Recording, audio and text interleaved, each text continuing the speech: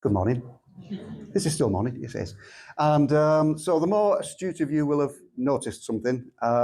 It's kind of obvious, or it may not be obvious to you, but it's obvious to me. And it's the fact that I've got a missing tooth. Now, it might be distracting to some people, so I thought I'd bring attention to it right away so that, if you see me smiling or laughing at some point during this message, then you'll think, what's that? Well, now you know what it is. Now, for some people it might be a problem. For me, it just means more of my voice can get out and it's not blocked by my teeth. So there we go, it's good for me. But it's okay because image isn't everything, is it? Or is it? It depends. Whose image are we talking about? Now then, I've got something special here. Now, first of all, I want to say thanks to everyone who shared things this morning. Thanks for the song choice was absolutely amazing. A lot of what has been said today really ties into what I'm going to be sharing as well. So just thanks everyone for your involvement, and it's just been great. Everyone's listening to God, what God is saying. It's all about Jesus having that preeminence, having the supremacy, and that we belong to him. That's what's most important. Anyway, but I've got something. I've got an image capturing device. Yeah, it's a camera. It's on my phone. And it's great at capturing images. And I've got an image that I want to show just to two people. And I don't want you to give anything away until later on. Please don't laugh when you see the image. It's, you might think it's funny. It's entirely up to you. I think that this image is absolutely amazing and beautiful, but it's entirely up to you to decide. So I want two volunteers. Who shall I pick? Now then, okay. Somebody who might actually get it or maybe not get it. Let me have a think. Andrew, okay, come on, Andrew, you can be the first one. Please don't give it away if you know who this is. Pop over here, please. Yep. So don't give anything away. Okay. No, all right. Right. Okay. All right. I'll give you a quick look at it. All right. Don't laugh. Oh, I said don't laugh. Oh, sorry. Okay. Okay. But don't reveal to anybody. Okay. All right. Okay. Who else? Let's have a look. Mitch, come on, Mitch. You can come up as well. If that's okay. I'm just getting to know everybody's name. So if I don't know your name, I do apologise that I've not volunteered you today. Okay, Mitch. Again. Oh, yeah, you might need your glasses. Yep. Okay. Stand there so I don't want to reveal it to anybody else. When you see it, don't laugh. Okay. But I think this image is absolutely amazing. Okay. Do you think so? Don't say anything. Have a think about it. Okay. Right. Is that all right? Good. We'll save that for later.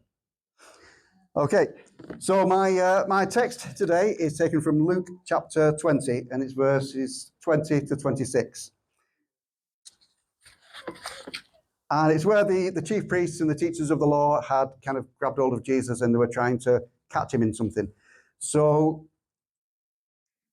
they were a bit naffed off with him because he'd been a little bit kind of telling them that they weren't right. So keeping a close watch on him, they, which is the chief priests and the teachers of the law, sent spies who pretended to be sincere. They hoped to catch Jesus in something he said, so that they might hand him over to the power and authority of the governor. So the spies questioned him.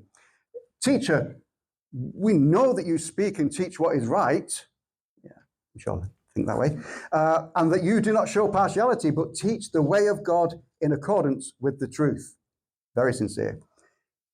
Is it right for us to pay taxes to Caesar or not?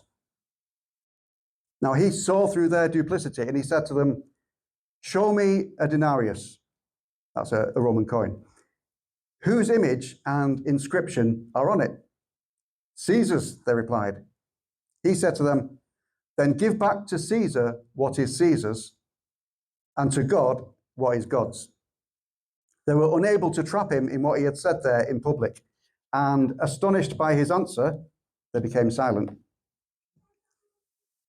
Lord, I just want to thank you for your word. I thank you that your word is absolutely amazing. I thank you, Lord, that you speak to us in amazing ways through your word, through your spirit, through one another. And especially, Lord, as we're here right now, Lord, through Jesus speaking to these people, Lord, we would just ask that you will speak to us as well directly and help us to see your truth, because you are the truth. Amen. Now, I've got a quick declaration here. This passage talks about giving, but it's not talking about tithing. That was spoken about last week. So if you want to see that, Pastor gave a great message last week about tithing. So that's that. But this isn't talking about tithing. And I know for a fact that that's the case because I'll let you know about that later. So first of all, there is the obvious message. You know, Jesus is not going to be trapped by any of their silly little schemes. He's not daft. Let the emperor, the human emperor, have what belongs to the human emperor. And let God have what belongs to God. That's what's important. That's the main thrust of the message. But there is also like what I call an Easter egg message. Now, you know what an Easter egg is, don't you? Have you ever heard of that? When, you know, you go on an Easter egg hunt. Have you ever seen in films where there's like a little thing where first time you watch it, you kind of miss it. Next time you watch a film, you'll see something and, oh, right, that's kind of referring to something else. And you'll see other little messages in those things, or even in books, second time you read through a book. And even in the Bible, it's the same thing. The more you read through it, the more you see these little kind of hidden messages, which were, oh, I didn't see that before, but it relates to that. So I call them Easter eggs messages. So it's a slightly hidden bonus within that statement where God says that he also wants what belongs to him. So we're going to look at what this meant to the people trying to trap Jesus, and we're going to look at what it means to us. So the way Jesus responds to things, it always kind of reminds me of Columbo. Has anybody seen Columbo, the old TV series? Yeah, give me a wave, yeah. You know, and he'd be going on about things, and it would look like he didn't know what he was talking about, or he'd just be going along things, and then he'd just say, oh, one more thing. And he'd trap them within that, and then it would bring the whole conclusion of things in that little statement. And that's what I think that little thing at the end where Jesus says, and give to God what is God's. That's his little Columbo statement. That's the way I see it. I'm a bit like that. Okay, don't worry about it. Go with it. You don't have a choice really, do you? Because I'm preaching today. Okay, so we're just going to give a quick overview of verse by verse. So if you could bring those verses back up again, please, if that's okay.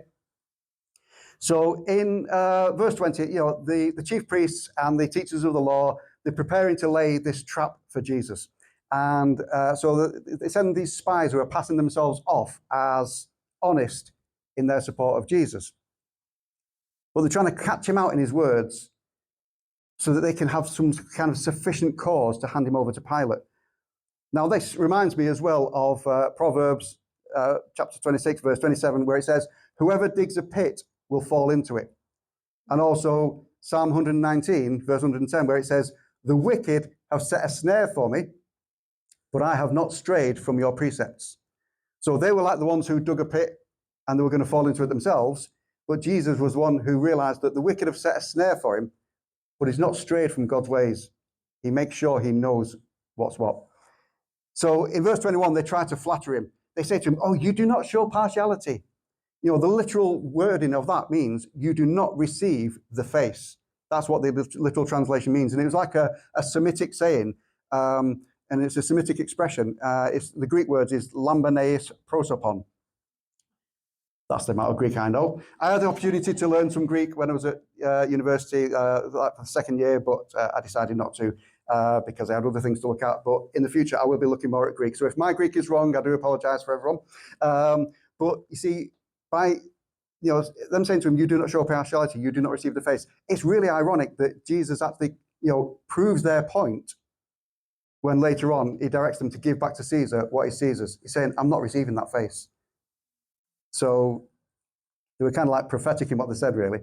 Because, I mean, Caesar's face, it's like an idolatrous image because the emperor believes himself to be divine. And we'll speak more of that in a minute. So in verse 22, they pose him a loaded question with only yes or no as the options. They're trying to trick him. It's like a catch-22 situation because if he says no, then Jesus is a seditious rebel. So, should we pay taxes to Caesar? If he says no, Jesus becomes a seditious rebel who advocates not paying taxes to Caesar. If he says yes, then he loses credibility with the Jews because they're expecting a Messiah who is going to be able to release Israel from Roman occupation. So either way, whether he says yes or no, it's a lose-lose situation for Jesus and it's a win-win situation for the spies and for those other people. But then in verse 23 and 24, you realize that Jesus doesn't play their game. Now, this shouldn't have been a surprise to them because he already told them earlier on in Luke 7:32, you don't need to look at it, but he says that this generation was like children saying, we played the pipe for you, and you did not dance. Jesus won't dance to anybody's tune. He's not there to perform for us on demand. And that's why we, when we're praying and things, God isn't there to perform for us. We need to be praying in accordance with his will as well. That's really important. So, but that's a side thing. But he's not there to perform for us on demand. So he sees right through their trap and he sidesteps it. But he doesn't stay silent. Sometimes Jesus says nothing and sometimes he does say things. Now, the reason why he doesn't stay silent is because that wouldn't be the best response. Jesus knows it's a foolish question and it's being asked by fools who think they're being clever. Now, if we look at Proverbs 26, verses 4 and 5, it seems like a bit of a contradiction straight away in and of itself.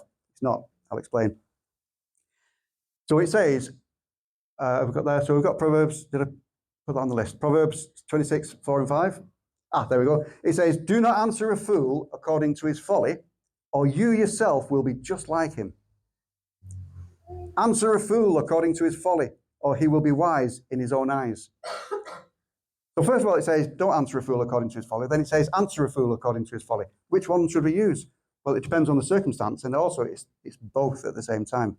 So Jesus needed to answer them because being silent would make them think that they've won and that they've stumped him and that they've proved that he's either too scared to challenge Rome or he's too scared to offend the Jews.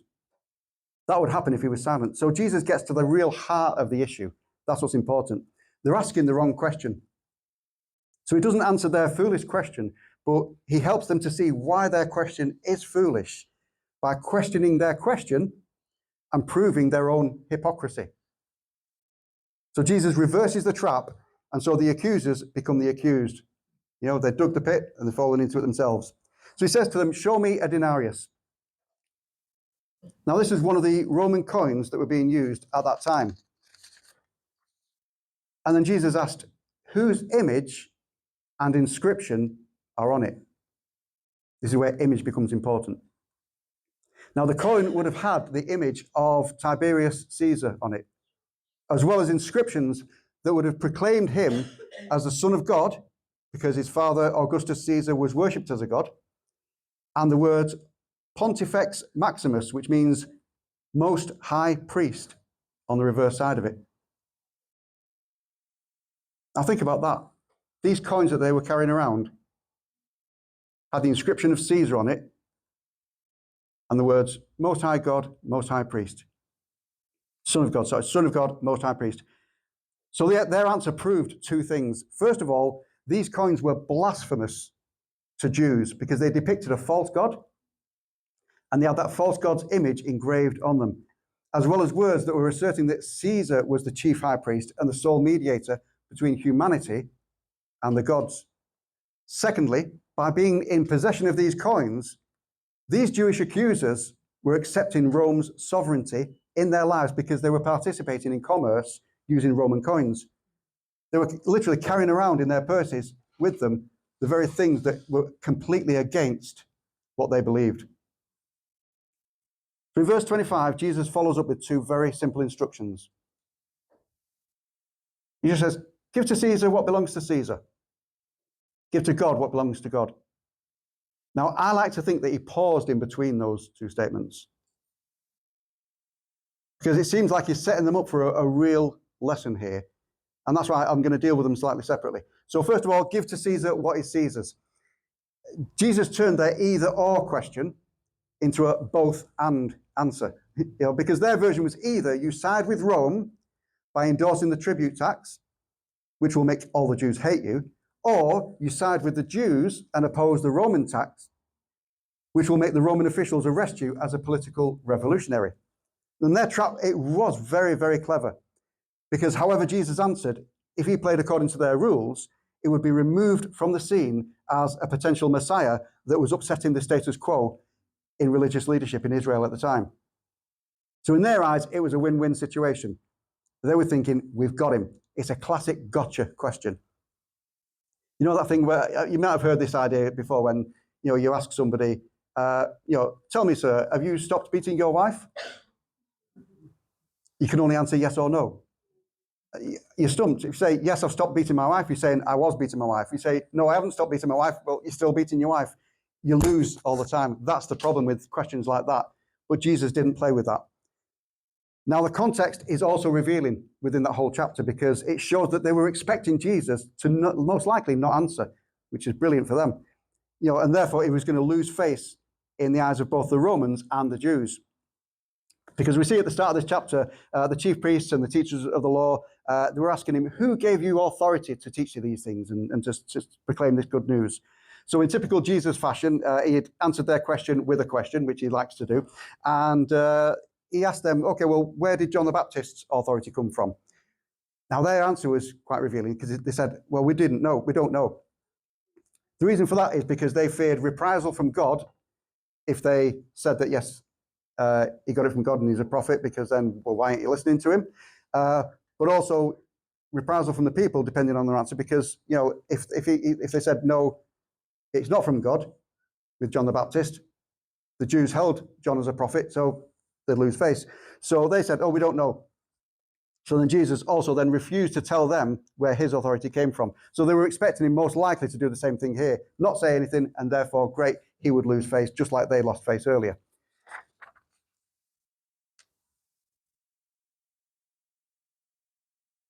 The thing is, if Jesus refused to give them an answer to that question, should we pay taxes to Caesar or not, it would look like he was too weak to stand up to either the Romans by opposing the payment or to the Jews by agreeing with the tax payment. But Jesus stunned them completely with his answer. Give to Caesar what belongs to Caesar, and give to God what belongs to God. Now, there are various ways to interpret this double-edged answer, but the essence of it is that Jesus, first of all, displays himself as, and also he encourages his hearers to be, a good subject of the Roman government by paying the tribute tax. So he's saying, give to Caesar what is Caesar's. The Romans aren't going to come to him and say, oh, Jesus is saying don't pay the tax. He's saying, yeah, give to Caesar what is Caesar's. Great. But he does it in a backhanded way that shows his Jewish audience that they shouldn't even want to have that blasphemous coinage in their purses in the first place. Now, the theologian N.T. Wright puts it in a nutshell when he says, Jesus' attitude is, you better get rid of the stuff. These coins in your pocket, they're full of idolatrous symbols. Get rid of them. Best thing is, get rid. So the end result is that the Romans are satisfied because they've got their tribute tax, and the Jews are satisfied because they understand that they're just giving the Romans back what they deserve, which is these ultimately completely worthless representations of a false god. In Proverbs 15, verse 16, it says, better a little with the fear of the Lord than great wealth with turmoil. So yeah, pay your taxes, because if you keep hold of the money that you should be paying in your taxes, you're going to have turmoil in your heart because you know that you're dodging taxes, and that's not really very good. But the second part in verse 26 is a real kicker. It's the one that grabs their attention and silences them, because having answered their question according to their own folly, he says, don't answer, and then answer. He said, see the end result of what you did if you were going to do this.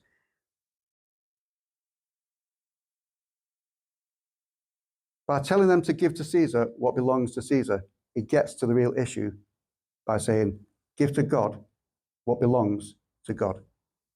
So yeah, I've answered your question, and let's get to it. Now you need to give to God what belongs to God. Now, I think they knew that he wasn't talking about tithing.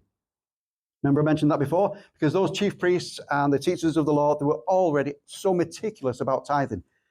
Jesus had already acknowledged that back in a few other chapters, like in Luke 11 and Luke 18. If they were already giving to God what belonged to God, they would have spoken up in their own defense. They would have said, yes, we're doing that, we're tithing, we're giving to God what belongs to God.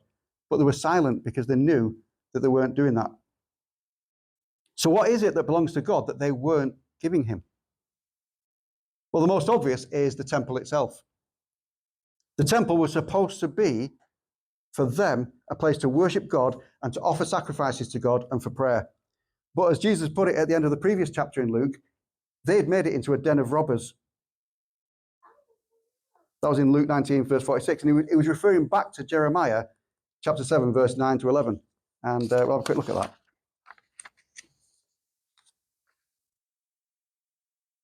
He says, will you steal and murder, commit adultery and perjury, burn incense to Baal, this is in the Old Testament times, don't forget, and follow other gods you have not known, and then come and stand before me in this house which bears my name and say, we are safe to do all these detestable things. Has this house which bears my name become a den of robbers to you? This is what Jesus is referring to. He says, but I've been watching, declares the Lord. Now, the religious leaders of Jesus' day were doing or allowing these things and then just offering lip service to God. They were blindly believing that they were okay in God's sight, but the temple belonged to God, and Jesus was instructing them to give it back to him. They were silent because they knew that they were in the wrong. However, even though Jesus reversed their trap back onto his accusers so that they fell into the pit that they dug for him, the command also shows him that Jesus was reaching out his hand to them and offering them a way of salvation. That's what he does, doesn't he? Fantastic for that. In effect, Jesus was saying, rid yourselves of devotion to the false god that is oppressing you. That was Caesar. By throwing back to him the worthless things that he's using to dominate you, and recommit yourselves to giving the one true God the proper worship that he deserves by living as the people of God that he made you to be, offering sacrifices in a temple that is dedicated only to him. Now his accusers knew that he was right and that they were wrong, and so they were astounded and they fell silent. But is that all? We've been watching this scene as outsiders. You can picture it in your head, oh, Jesus is talking to these people. But does it relate to us in any way? I believe it does. Has anybody heard the phrase, breaking the fourth wall? Yep. Okay. What it is, it's, let's say you're watching a movie and you're there watching it from outside and you can see all the actors doing the things. And then suddenly one of them will just turn and look at the camera and speak directly to the camera. Have you ever seen people do that in films? Where they'll just like make a comment to the camera and suddenly they're including you in that. I don't know if you've ever seen Ferris Bueller's Day Off. Anyone seen that? Where he talks to the camera. There are other films, you might have seen it, or sometimes on TV shows they do it, where they'll just suddenly turn and look at the camera and actually speak directly to you. It's called breaking the fourth wall. Okay? And it's like you imagine that you're in this room here now, and there are four walls, but actually there's somebody there behind looking in. And so we're breaking the fourth wall and looking at the people who are observing. That's what is happening there. So that's the way I like to see it. I'm sorry if you don't understand it fully, but it's basically saying, let's include the reader in this scene. Let's include the viewer in this scene. So you're looking from the outside in, but now it's turning to you and saying, hey, you're a part of this too. I'm speaking to you as well. Have you ever done that when you're reading the Bible and Jesus is talking to somebody and you realize he's talking to me as well? That's what's happening here. So when Jesus says, give to God what belongs to God, he's looking at the camera and he's speaking directly to you and to me. And it's time to relook at that scene and examine why he drew us in and what he's drawing attention to.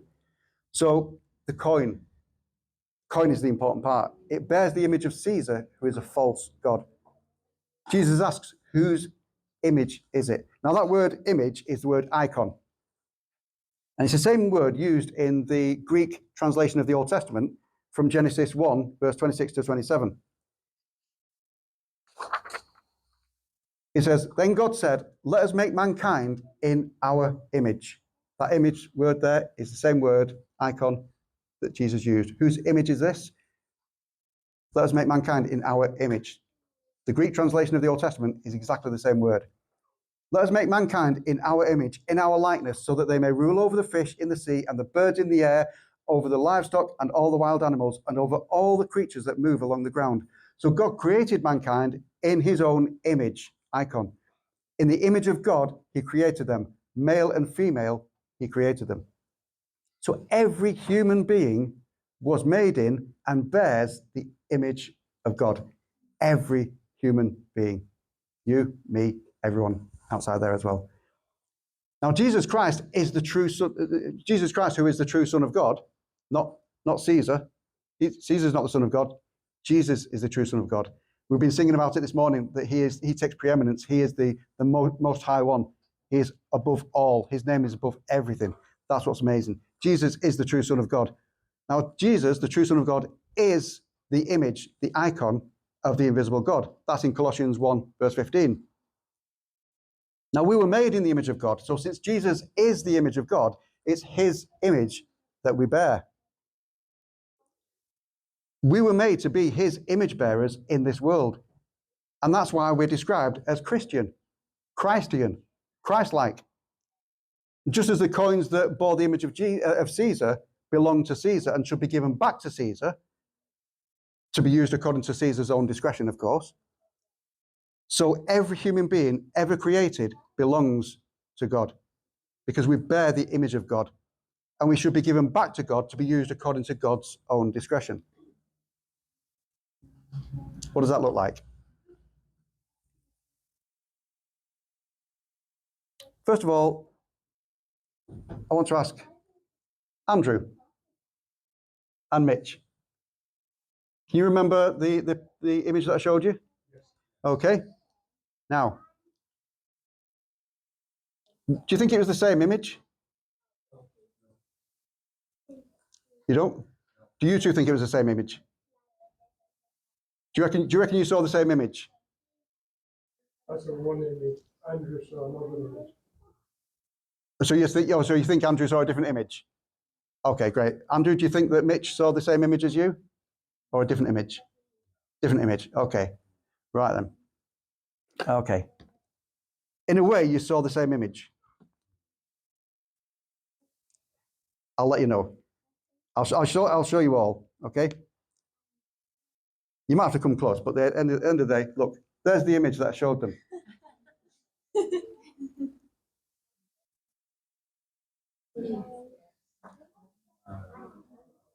That's the image. So is that the same image? Yeah. Yeah. Why? Is it live? So did I show both of them the same image? The same lens. Sorry? Seen through the same lens? Yep. Okay. Let's move on. I'll come back to that. We were made in the image of God. Since Jesus is the image of God, it's his image that we bear.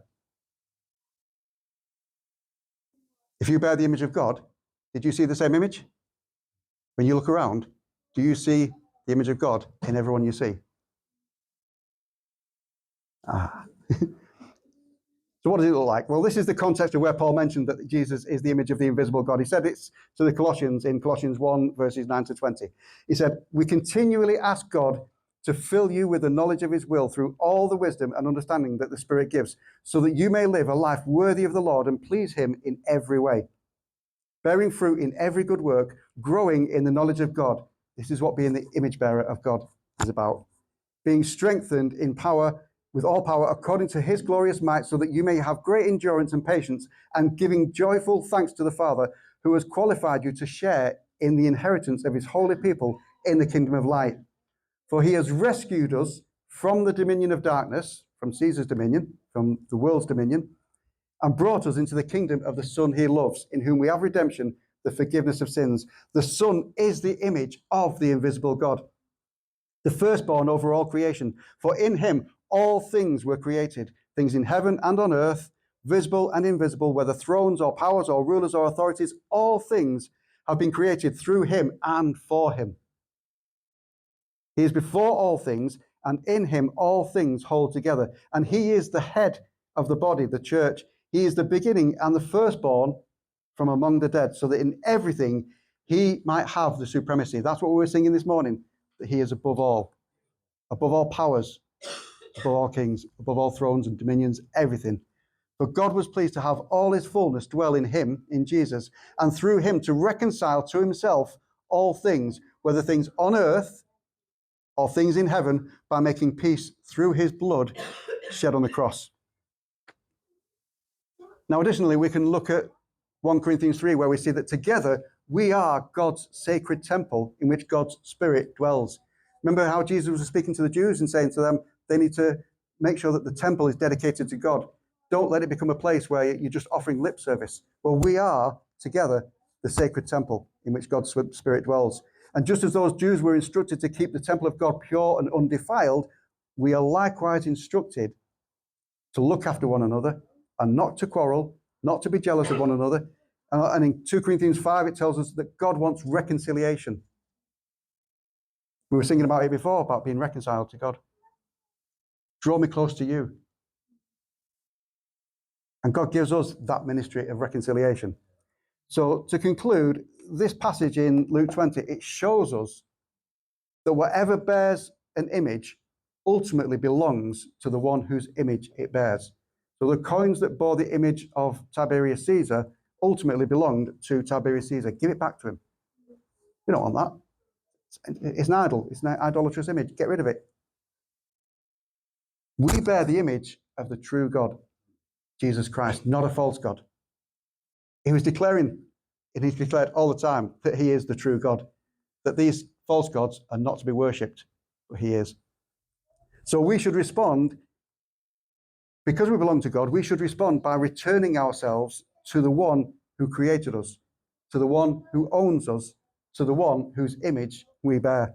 And not only that, but every human being has been made in the image of God. Look around you in this room right now. Everyone here. Have a look around. Go on, it's across there. Do you know them lot over there? They were made in the image of God. Do you know them lot over there? They were made in the image of God. You know this guy here with the missing tooth? He was made in the image of God. Right? You know, in this room, in your homes, in the street, on the TV, everyone you see was made in the image of God. So everyone you see has that same value and ultimately belongs to the God who created them, even if they don't recognize it yet.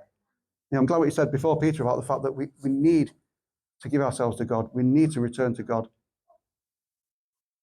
Otherwise, we're living in this kingdom of darkness. We don't want to live in a kingdom of darkness. He wants us to live in a kingdom of light. We need to be with him.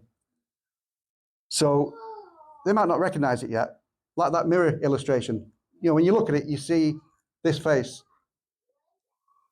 I want you to, when you look in the mirror, see the image of God. God created you in his image. See yourselves the way he created you. He wants you to be his image bearers in this world.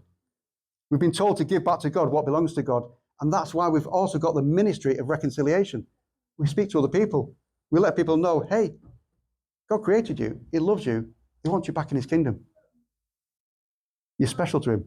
So we tell people that Jesus is the true God, not whichever false gods they've been following so far. That's the good news. That is what the good news is. Jesus is God. These other things are not. You can follow the true God, not these ones which are worthless, which are going to ultimately dominate you, but the one who actually died for you and gave himself for you because he loves you so much. So they're made in God's image, and so they have value, and he wants them back from wherever they've been. Will you tell them? Will you demonstrate their value by the love that you show them? Will you try to see the image of God in them, even if they've got a broken tooth? Or they're different from you in any other way, either by the way that they look or the way they choose to live? The image of God in them reveals their true value, if only we see it. So remember, you are not your own. You were bought at a price. What was that price? Jesus. That's how much you're worth. He created you. He knows that things have gone wrong sometimes in people's lives, but he's saying, give back to God what belongs to God. That goes for you, for me, and for everyone else out there. Let's all of us give back to God what belongs to God. That was the just one more thing. That's where Jesus really speaks to us and says, I want you back. That's what he was saying to the Jews at the time. I want you back. You belong to me. Stop worshipping false gods. Worship God. Because I love you and I've done everything I can for you. And that's how great our God is. So Lord, I just want to thank you that you do love us so much. You first of all created us, Lord, in your image. You imprinted on us, Lord, the ability to reflect who you are. And Lord, forgive us for the times when we've not bore your image faithfully. For the times when we've not been loving towards other people, Lord, not recognized the fact that you put value in them as well. Thank you that you valued us so much that you died on the cross for us. You dealt with the thing that was separating us from you. So we can now be reconciled to you, Lord. And thank you that you've given us that ministry of reconciliation as well, where we can speak to other people and show that same love that you've given to us and accept them the way you've accepted us and welcome them into your kingdom.